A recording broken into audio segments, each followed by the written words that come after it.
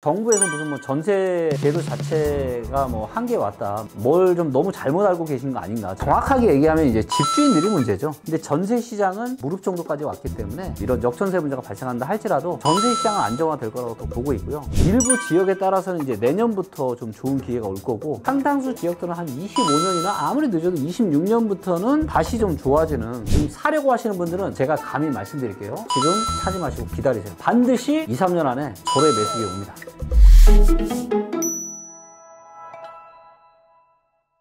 전 시간에 올 8월쯤부터 이제 얼마 안 남았어요. 네, 얼마 안 남았죠. 좀 네. 위험해질 수 있다, 네. 이런 말씀을 하셨는데, 네. 그러면은 상당히 많은 양이 지금도 나와 있는데 그때는 저거보다 더 많은 양이 나올 것이다. 네. 이렇게 보시는 거예요? 네, 네. 그러면 전세가도 그때 되면은 확 더 떨어지겠다. 아닙니다. 그렇진 않아요. 전세가는 최소한 무릎까지는 왔습니다, 지금. 그래서 전세가는 여기서 추가적인 하락을 하는 것보다는 안정화될 가능성이 많다라고 데이터가 얘기합니다. 그러니까 역전세 현상이 발생하는 거지, 이것 때문에 또 여기서 전세가가 또 하락한다? 이거는 저는 쉽지 않아요. 왜냐하면 전세가는 지금도 많이 하락해 있으니까 이미 굉장히 많이 하락을 했고, 무엇보다 이 파란색 선이 이제 전세 매물인데, 전세 매물이 어때요? 줄어들고 있죠. 근데 거래량은 어때요? 요 보라색. 올랐어요. 거래량은 역사상 최대 거래량이 터졌는데 매물이 급속도로 줄어들고 있습니다. 이것이 의미하는 바는 뭐죠? 전세 가격이 이제 어느 정도 바닥을 쳤다라고 이야기하고 있는 거죠. 전세가가 바닥을 쳤다면 집값도 어느 정도 바닥을 친 거예요. 전세가하고 비슷하게 가지 않아요? 아, 이것도 또 오해이신데요. 자, 그럴 수도 있지만 안 그럴 수도 있어요. 자, 예를 들면 서울을 한번 제가 예를 들어 볼게요. 자, 이제 요 데이터를 보시면 여기 이제 서울의 빨간색 선이 매매가고요. 파란색 선이 전세가입니다. 자, 전세가가 계속 올라가는데 매매가는 어떻게 되죠? 떨어져요. 계속 떨어지죠. 전세가가 계속 올라가도 매매가가 떨어질 수 있어요. 물론 이제 이때처럼 전세가가 또 올라가는데 매매가도 올라가죠. 이런 시기도 있지만 전세가가 올라간다 그래서 무조건 매매가가 올라간다? 이거는 절대 아니다라는 거죠. 그렇기 때문에 전세가의 안정화가 어떤 매매 시장에서 뭔가 상승을 불러올 수 있는 요인이 맞는 건 틀림없지만 이게 바로 오진 않아요. 네. 그리고 지금은 무엇보다 이 전세가율이 너무 낮아요. 자, 보시면 요게 지금 서울의 전세가율 데이터인데, 자, 이때 보시면 이제 2014년 정도에 바닥치고 올라갔거든요. 그때 이때 전세가율은 거의 한 65% 이상 됐어요. 근데 지금 전세가율이 얼마냐면 50%밖에 안 돼요. 반. 그렇기 때문에 이럴 땐 갭 투자도 안 되는 거예요. 갭 투자도 안 되죠. 그렇기 때문에 일단은 매매가가 데이터가 이야기하는 건 매매가는 여기서 20, 30% 더 빠지고, 그리고 전세가는 어느 정도 바닥 부근에 왔다고 제가 말씀드렸잖아요. 그러면 뭐 좀 올라가겠죠. 그러면서 다시 이 전세가율이 또 올라가겠죠. 그러면서 또다시 우리가 부동산 투자를 하기에 좋은 시기는 또다시 몇 년 뒤에 올 수 있다. 네. 어쨌든 갭 투자를 하기 위해서는 전세가율이 한 매물 대비 한 70%? 한 65, 70은 돼야 되는 거죠. 70은 네, 65, 70. 갭 투자가 가능하지. 네. 지금같이 이렇게 50% 정도에서는 갭 투자는 안 되는 시장인 거고. 그렇죠. 그리고 갭 투자를 한다는 게 다주택자가 하는 건데, 다주택자가 투자 시장에 들어오기 위해서는 세금 문제가 좀 좋아야 되는데, 지금은 이제 취득세, 중과세 문제가 있기 때문에 투자를 하기가. 두 집까지는 봐주겠다는 거예요? 아니, 뭐 그래봐야 이제. 그래도 안 돼. 근데 이제 그거를 누가 또 지금 같은 시기에 무서워서 갭 투자를 하겠습니까? 역전세난이 일어나고 그렇게 되면은 세입자 입장에서는 깡통 전세 문제 이런 것까지 불거질 텐데, 그러면 부동산 시장에 대형 혼란이 온다는 거 아니에요? 네, 상당히 좀 혼란이 올 수 있죠. 그래서 이제 사실 정확하게 얘기하면 이제 집주인들이 문제죠. 세입자한테 돈을 내줘야 되는 집주인들이 문제고, 이것 때문에 매매가에 또 안 좋은 영향을 끼칠 수가 있는 거고. 근데 전세 시장은 이미 이제 거의 한 무릎 정도까지 왔기 때문에 전세 시장 자체는 이제 좀 뭐 이런 역전세 문제가 발생한다 할지라도 전세 시장은 안정화될 거라고 또 보고 있고요. 그 다음에 이제 정부에서 무슨 뭐 전세 제도 자체가 뭐 한계에 왔다, 뭐 이런 말씀들을 좀 많이 하시는데, 이거는 좀 뭘 좀 너무 잘못 알고 계신 거 아닌가, 저는 그런 생각이 좀 들고요. 전세는 지속된다? 네, 왜냐면 일단은 거래량 데이터만 봐도, 자, 거래량이 어떻죠? 전세는 확 올라가네. 역사상 최고 거래량이 터졌죠.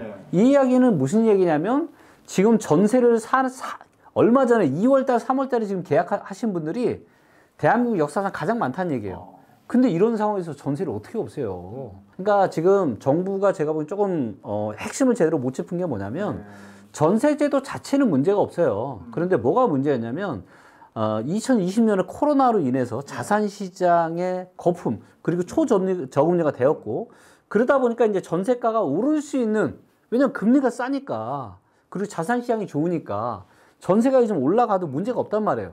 근데 하필이면 또 그런 시기에 지난 정부가 임대차 3법을 통과시켰잖아요. 2020년 7월 달에, 7월 말에. 그러면서 8월, 9월 달부터 전세가 급등을 해버린 거예요.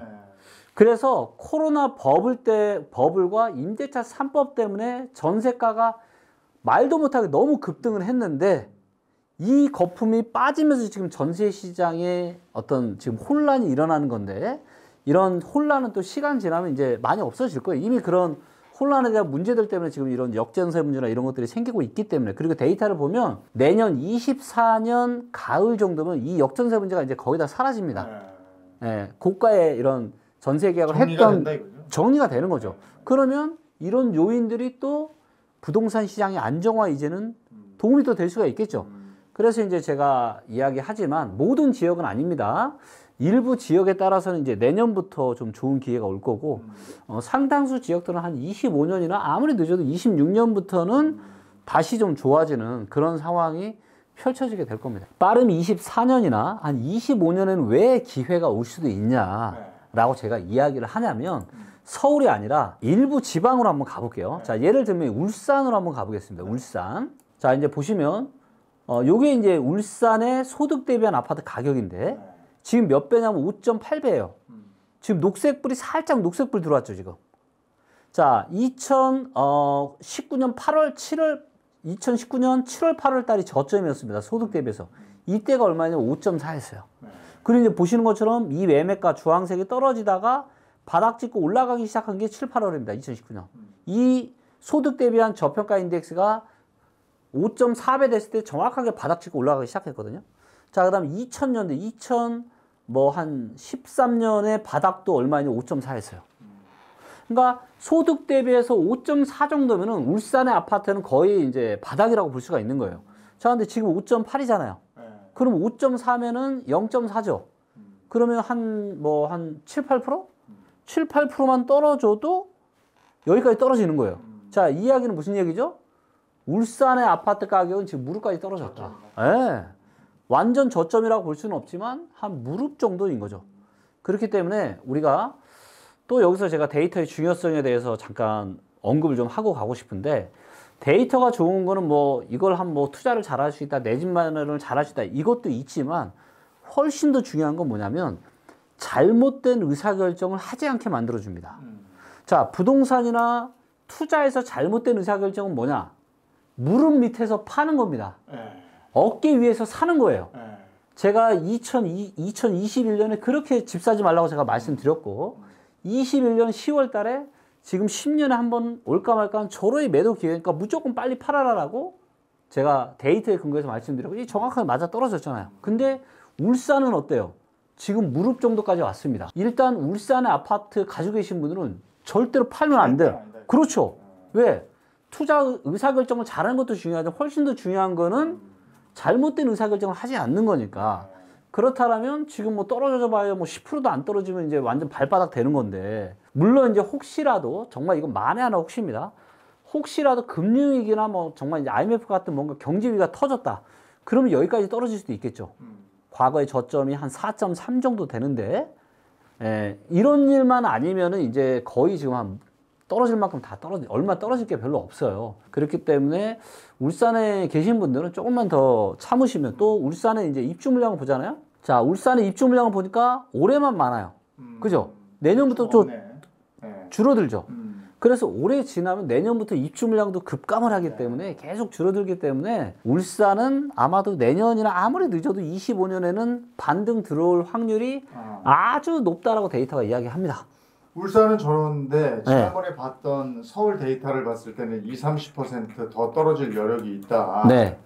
그렇게 되면 지금 팔 수 있는 기회가 있으면 집을 매도하려고 하시는 분들은 지금 파는 게 낫겠네. 이거는 이제 제가 과감하게 말씀을 못 드리겠습니다. 왜냐면은 제가 21년 10월 달에 제가 10년에 한 번 올까 말까 한 절호의 기회다라고 제가 그 영상 몇 군데 찍고 나서 제가 평생 살아도 못 먹을 욕을 그때 다 먹었습니다. 근데 시간 지나놓고 보니까 사실 그때가 제일 정확한 고점이었어요. 물론 지금은 많이 떨어졌다 지금 단기 반등이 나오고는 있어요. 여전히 고평가지만 여기서 제가 또 10년에 한 번 올까 말까 파세요라고는 제가 감히 제가 그런 얘기는 못할 것 같고요. 이거는 뭐 우리 시청자분들이 적당히 알아서 뭐 이런 거 좀 한보다가 한 20% 하락? 오케이, 나 견딜 수 있어. 그러면 이제 뭐 하시는 거고.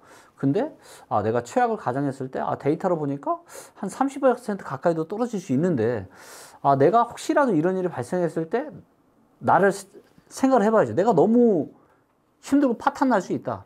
그럼 뭔가 이제 고민을 좀 해보셔야죠. 사실 분들은 그러면 사실 분들은 조급해하지만 지금은 서울은 제가 보니까 배꼽에서 한 명치 사이 정도 됩니다.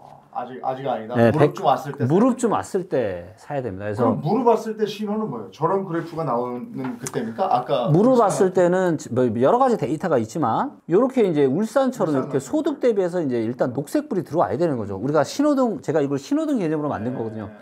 녹색불이 들어왔을 때는 신호등 건너면 안전하잖아요. 빨간불 들어오면 신호등 건너면 위험하잖아요. 그런 개념이기 때문에 서울은 여전히 지금 역사적으로 봤을 때 너무 빨간불이고 최소한 20%는 하락을 해야 이제 녹색불이 들어오기 시작합니다. 그렇기 때문에 기다려라. 지금은 매수하실 분들은 무조건 기다리셔야 돼요. 이거는 그러니까 지금 파는 거는 제가 감히 말씀 못 드리는데 지금 사려고 하시는 분들은 제가 감히 말씀드릴게요. 지금 사지 마시고 기다리세요. 반드시 2, 3년 안에 절호의 매수기에 옵니다.